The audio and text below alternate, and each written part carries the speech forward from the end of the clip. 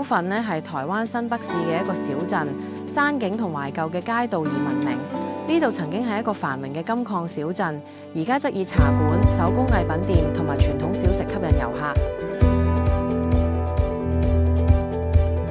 九份老街充滿古老風情嘅小巷，兩旁有好多小食攤同埋手信商店。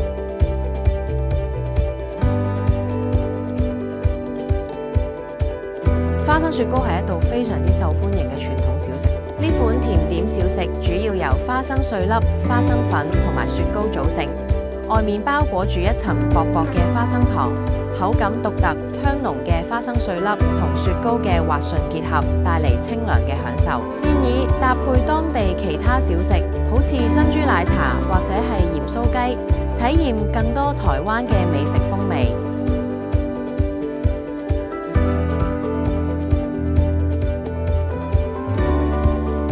老街嘅氛圍獨特，係欣賞台灣美景同埋品味當地文化嘅理想地點。如果你有機會前往，唔好忘記品嚐當地嘅小食，好似係芋圓同埋草仔果。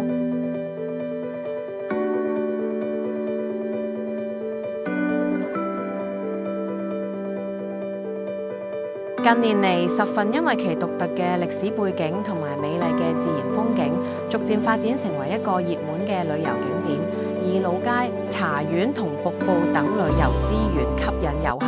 放天燈活動係當地著名嘅文化慶典，每年吸引大量遊客參加。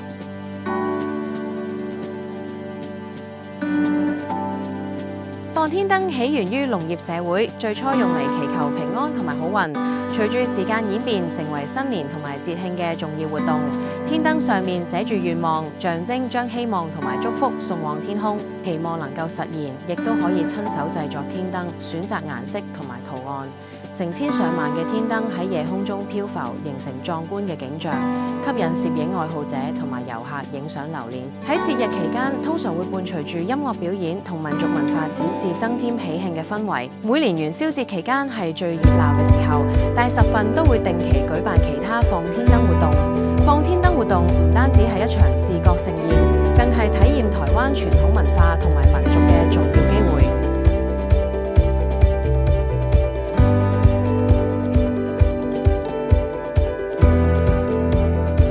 十份嘅火車行駛喺路軌上嘅景象非常之迷人。呢度嘅鐵路風光結合咗自然景觀同歷史文化，形成獨特嘅旅遊體驗。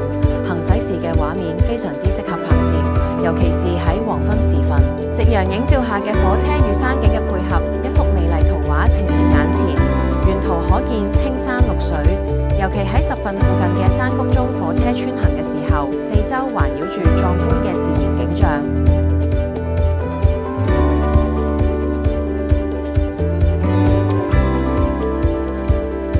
十份嘅鐵索橋正式名稱為十份吊橋。